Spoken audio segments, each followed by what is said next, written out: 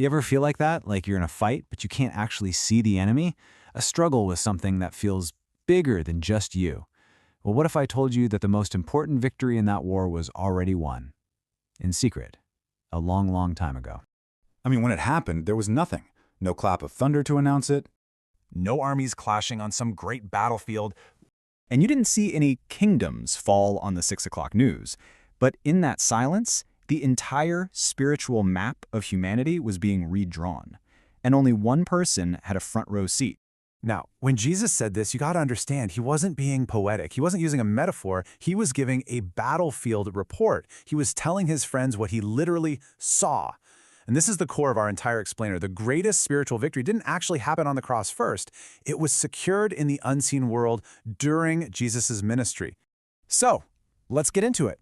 Let's pull back the curtain on this unseen war. We're going to dive into what Jesus saw, what it really meant, and why it changes absolutely everything for us today. This is the big question, right? What in the world did Jesus see? What could possibly happen in the spiritual realm that was so fast, so decisive, that describing it as lightning falling from the sky was the only way to do it justice? Okay, to really grasp the scale of this victory, we first have to understand what the battlefield looked like. And before Jesus showed up on the scene, let me tell you, it wasn't neutral ground. It was occupied territory. The scriptures are really clear about this. They talk about a ruler of this world.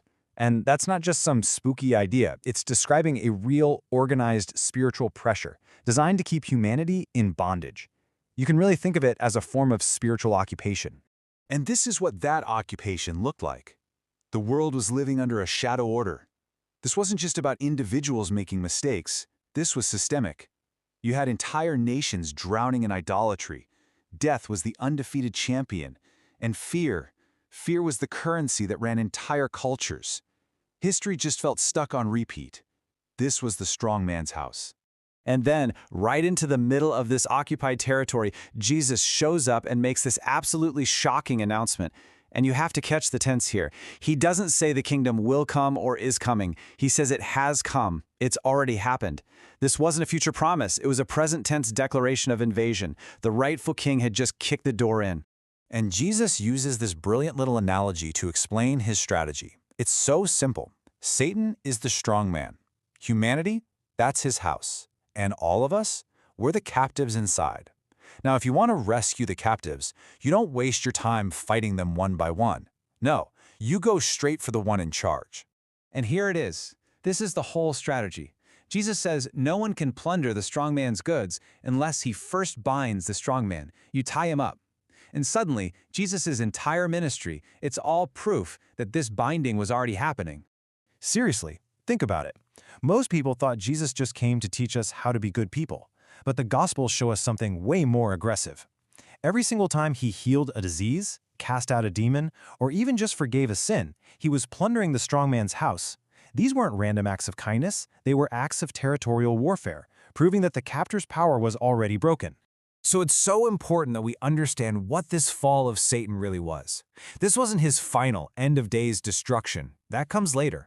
This was a legal move. It was the loss of his authority, the stripping of his legal dominion over humanity, the end of his rule being uncontested.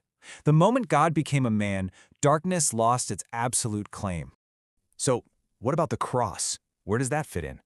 Well, with this new lens, we see the cross not as the start of the fight, but as the public declaration, the victory parade for a war that was already won. This timeline just makes it so clear. During Jesus' ministry, the ruler is cast down from his seat of authority. At the cross, that same ruler is publicly judged and sentenced.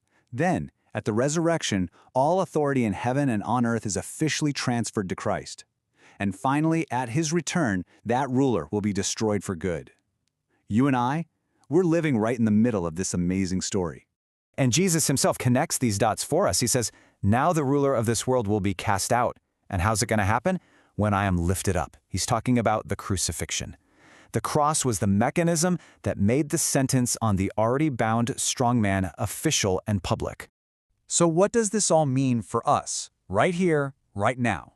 It means we're living in an age of liberation. The cosmic war for dominion over humanity, it's been won. The prison door is wide open. But that immediately brings up the big question, doesn't it? If the strong man is bound, why do addiction and fear and sin still feel so incredibly powerful? Why do so many people still feel like they're living in chains? And here's the key. Liberation that's been announced isn't the same thing as liberation that's been received. An open prison door doesn't automatically free a prisoner who chooses to stay inside. Christ broke the authority of the ruler, but he doesn't force our allegiance.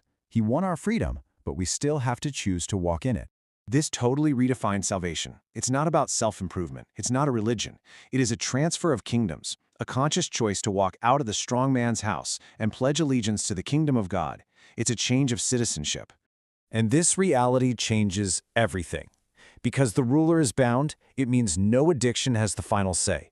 Because he's defeated, your past does not own you. Because his authority is broken, no fear is ultimate and no darkness is absolute. The ruler behind our bondage has lost his legal right to hold us, and the king who defeated him is still calling people out of that captivity, not by force, but by invitation. So, this unseen war, this monumental shift in power, it all leaves us with a choice. The ruler of this world still whispers his lies, trying to convince us we're still his property. But the true king has already won the war. The strong man is bound. The prison door is open. The only question left is, which kingdom do you stand in?